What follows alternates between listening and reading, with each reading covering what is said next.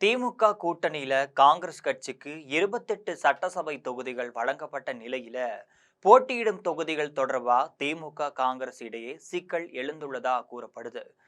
திமுக விரும்பும் தொகுதிகளை காங்கிரஸ் கட்சி தேர்வு செய்வதால் சிக்கல் ஏற்பட்டிருக்கு. இது பற்றி ஜெம் தொலைக்காட்சி வழங்கும் சிறப்பு செய்தியில விரிவா பார்க்கலாம்.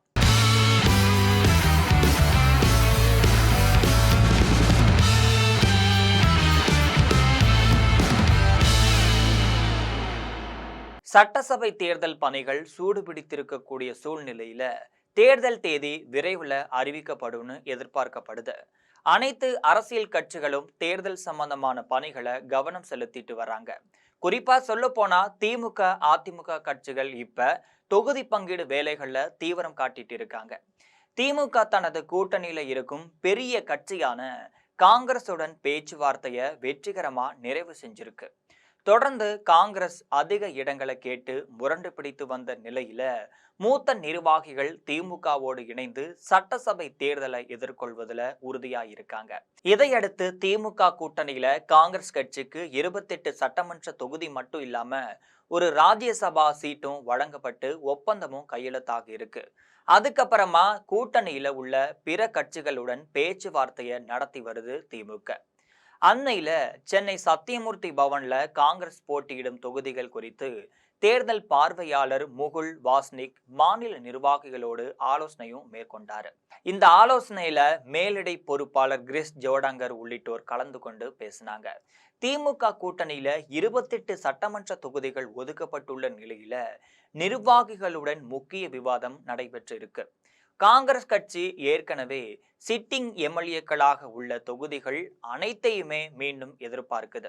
அதாவது காங்கிரஸ் கட்சிக்கு இப்ப சிட்டிங் எம்எல்ஏக்களாக உள்ள 17 தொகுதிகளையும் கூடுதலாக தங்களுக்கு சாதகமான 11 தொகுதிகளையும் லிஸ்ட் போட்டுள்ள காங்கிரஸ் கட்சி மதுரை வடக்கு உள்ளிட்ட சில தொகுதிகளை காங்கிரஸ் கட்சியின் சில முக்கிய நிர்வாகிகள் எதிர்பார்த்துட்டு இருக்காங்க. ஒரு பக்கம் மற்றொரு பக்கம் காங்கிரஸ் கட்சி 42 சீட்டுகளை தேர்வு செஞ்சு அதுல 28 தொகுதிகளை பெற திட்டமிட்டிருக்கு. திமுக காங்கிரஸ் இடையே தொகுதி பங்கீட்டின் போது சீட்டு நம்பர் இறுதி செய்வதிலேயே இழுபறி நடந்து வந்த சூழ்நிலையில எந்தெந்த தொகுதிகள் என்பதை அடையாளம் காண்பதிலும் சிக்கல் ஏற்படும் நிலை எழுந்திருப்பதாகவும் சொல்லப்படுது. காங்கிரஸ் விரும்பும் 28 தொகுதிகளை அடையாளம் காண 42 தொகுதிகள் அடங்கிய பட்டியலை தயார் செய்ய வேண்டும்னு காங்கிரஸ் மூத்த நிர்வாகிகள் முடிவு செஞ்சிருக்காங்க. திமுக போட்டியிட விரும்பும் சில தொகுதிகளை காங்கிரஸ் தரப்பும் தங்களுடைய பட்டியலை சேர்த்துள்ளதா கூறப்படும் நிலையில திமுக கூட்டணியில காங்கிரஸ் கட்சிக்கு தொகுதிகளை ஒதுக்குவதில் சிக்கல் ஏற்படும் சூழல் உருவாகி இருக்கு. ஆலோசனை கூட்டத்திற்கு பிறகு செய்தியாளர்களை சந்தித்த தமிழ்நாடு காங்கிரஸ் கமிட்டி தலைவர் செல்வ பெருந்தகை, சட்டசபை தேர்தல்ல திமுக காங்கிரஸ் பேச்சுவார்த்தை நடந்து முடிஞ்சிருக்கு.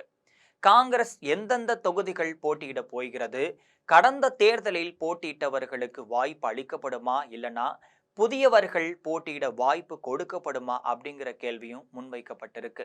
அதற்கு பதிலளிச்ச செல்வ பெருந்தகை, இப்பதான் எல்லா கட்சிகளுடனும் பேச்சுவார்த்தை ஒரு பக்கம் நடந்துட்டு இருக்கு, இன்னொரு பக்கம் தொகுதி பங்கீடு உடன்பாடும் நடைபெற்று கொண்டிருக்கு.